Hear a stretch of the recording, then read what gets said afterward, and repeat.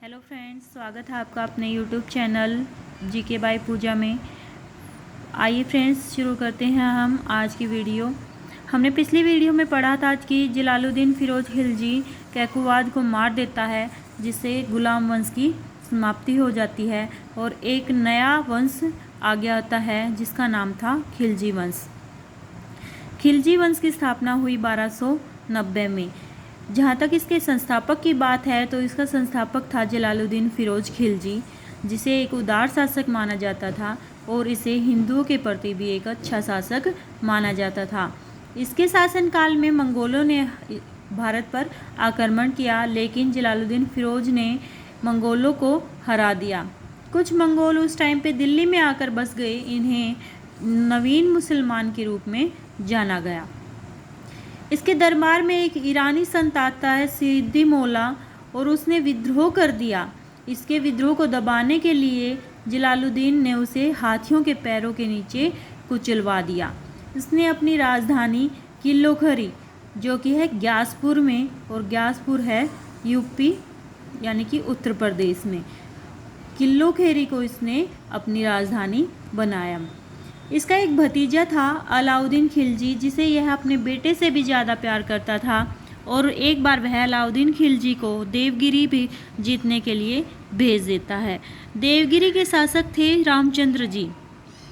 अलाउद्दीन खिलजी उसे हरा देता है और वहाँ से उसे अपार मात्रा में सोना मिलता है, और वह उसका 10% भाग ही अपने चाचा को यानी कि जलालुद्दीन फिरोज खिलजी को देता है, और बाकी सोना अपने पास ही छिपाकर रख लेता है। 1296 में अलाउद्दीन खिलजी जलालुद्दीन खिलजी को मार देता है और खुद शासक बन जाता है।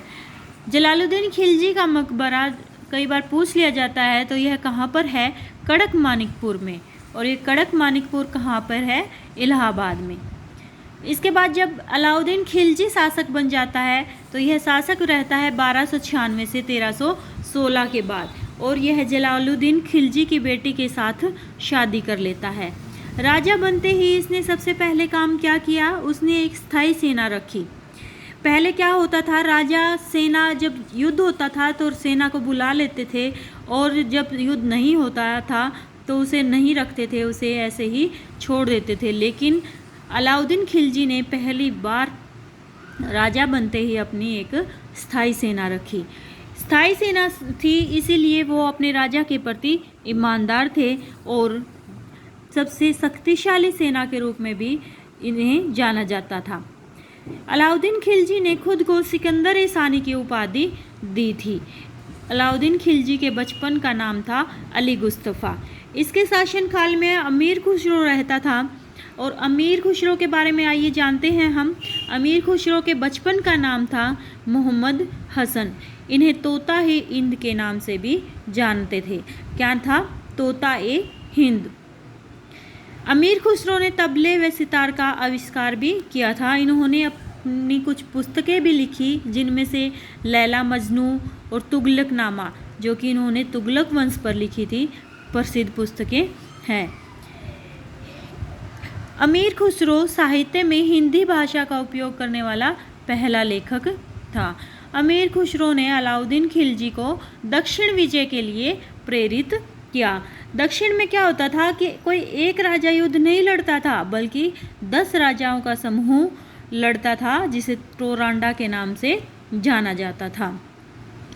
अमीर खुसरो अलाउद्दीन खिलजी को किससे मिलवाता है? मलिक काफूर से मिलवाता है, और कहता है कि यही मलिक काफूर तुम्हारे टोरांडा को जीतने में मदद करेगा और दक्षिण विजय तुम्हें दिलाने के लिए तुम्हारी सहायता करेगा।